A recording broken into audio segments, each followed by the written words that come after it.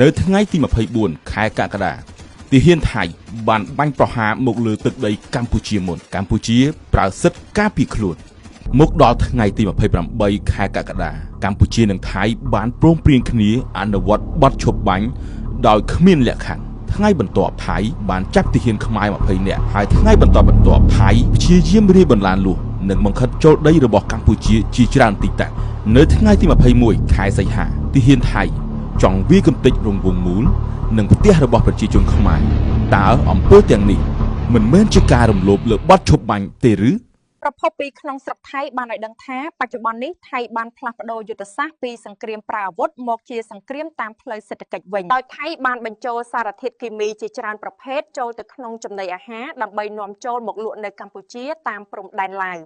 Thai troops fired on Cambodia first, forcing the Cambodian army to defend itself and safeguard its sovereignty against the invaders. On July 28, 2025, Cambodia and Thailand agreed to an unconditional ceasefire to ease tensions in border dispute. Day after day, Thai soldiers continue to violate Cambodian sovereignty, especially by encroaching on the Cambodian side of the border to incite anger. Does this action violate the ceasefire?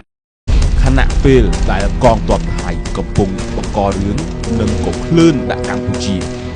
ក្រុមប្រឆាំងមួយចំនួនតែងតែបង្ករឿងបំភ្លើសបំផុសបំផុលក្នុងន័យឲ្យប្រជាពលរដ្ឋយល់ច្រឡំលើរដ្ឋាភិបាលថាមិនអើពើមិនហ៊ានតបតជាមួយទាហានថៃនៅព្រំដែននិងបណ្ដោយឲ្យថៃឈ្លានពានថ្នាក់ដឹកនាំរាជរដ្ឋាភិបាលកម្ពុជាតែងប្រកាន់ជំហរអត់ធ្មត់ថែរក្សាសន្តិភាពនិងគោរពកិច្ចព្រមព្រៀងឈប់បាញ់ដើម្បីការពារជីវិតពលរដ្ឋនិងទាហានខ្មែរតែបើក្រឡេកទៅមើលក្រុមប្រឆាំងវិញពីមួយថ្ងៃទៅមួយថ្ងៃ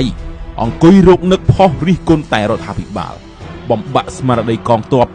និងសាមគ្គីភាពរបស់ប្រជាពលរដ្ឋទាំងដែលខ្លួនមិនបានធ្វើអ្វីដែលជួយដល់ជាតិទាល់តែសោះក្នុងគ្រាដ៏លំបាកនេះដោយសារតែកិច្ចខិតខំប្រឹងប្រែងរបស់រាជរដ្ឋាភិបាលកម្ពុជាពេលនេះអន្តរជាតិទទួលស្គាល់និងដឹងឮថាកម្ពុជាគឺជាប្រទេសដែលរងគ្រោះ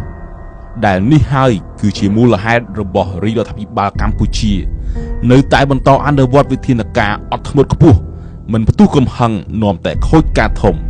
ដូច្នេះសូមបងប្អូនប្រជាពលរដ្ឋជឿទុកចិត្តលើយុទ្ធសាស្ត្ររបស់រាជរដ្ឋាភិបាលកម្ពុជា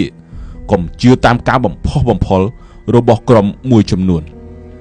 ថ្នាក់ដឹកនាំប្រទេសបានមើលឃើញវែងឆ្ងាយណាស់មិនមែនមើលឃើញតែចំពោះមុខនោះទេការរក្សាភាពស្ងៀមស្ងាត់របស់រាជរដ្ឋាភិបាលកម្ពុជាមិនមែនជាសញ្ញាបង្ហាញថាកម្ពុជាខ្លាចថៃនោះទេប៉ុន្តែ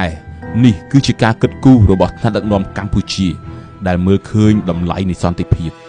ព្រោះបើមានសង្គ្រាមម្ដងទៀតអ្នកដែលរងទុក្ខវេទនាគឺប្រជាជនហើយក៏មិនដឹងថាពេលណានឹងអាចបញ្ចប់សង្គ្រាមបាននោះដែរ